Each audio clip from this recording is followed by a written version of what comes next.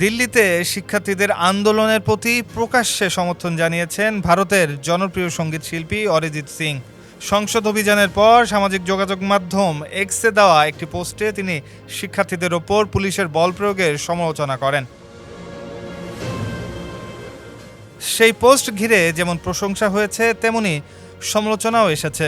দেশ জুড়ে যে কোনো কেনাকাটায় 10,000 টাকার বেশি অফার, তাই পেমেন্ট মানেই বিকাশ। এক ভক্তের কড়া মন্তব্যের জবাবে নিজের অবস্থানে অনড় থাকার কথা জানিয়েছেন এই গায়ক। অরিজিৎ লেখেন, শিক্ষার্থীদের মারধর করা হচ্ছে, দিল্লি পুলিশ আপনাদের কি লজ্জা হচ্ছে না? নেতামন্ত্রীদের বলছি, এসব কি হচ্ছে? একই পোস্টে তিনি আরও লেখেন, আপনারা কি নিজেদের ভগবান মনে করছেন? সব কিছু মনে রাখা হবে, হর হর মহাদেব। মনে রাখবেন, পরিবর্তনই একমাত্র ধ্রুবক।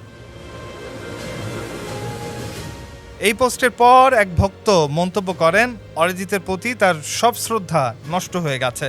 তিনি লেখেন, এতদিন আপনার ভক্ত ছিলাম, কিন্তু এখন আপনাকে হৃদয়ের অন্তঃস্থল থেকে ঘৃণা করি।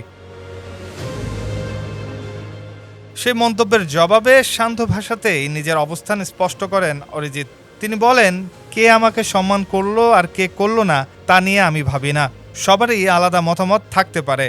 আপনি আমার ভক্ত বলেই যে আমাকে আপনার মতো করে কথা বলতে হবে, এমন কোনো বাধ্যবাধকতা নেই। পাশাপাশি ওই ভক্তের অনুভূতিতে আঘাত লেগে থাকলে দুঃখ প্রকাশ করেন তিনি। অরিজিৎ লেখেন, মানুষ হিসেবে আমি আপনার কাছে ক্ষমা চাইছি। আমার কথায় যদি আপনার কষ্ট লেগে থাকে তার জন্য দুঃখিত। তবে আমি এই বিষয়টি নিয়ে সত্যিই ক্ষুব্ধ এবং স্বাধীনভাবে আমার মত প্রকাশ করেছি। শেষে নিজের অবস্থানে অনড় থাকার কথাও স্পষ্ট করেন এই গায়ক। তিনি লেখেন, আপনি চাইলে আপনার প্লেলিস্ট থেকে আমার সব গান মুছে ফেলতে পারেন, আমার অস্তিত্বও ভুলে যেতে পারেন। সুখে থাকুন, কিন্তু আমার মতামতে কোনো পরিবর্তন আসবে না।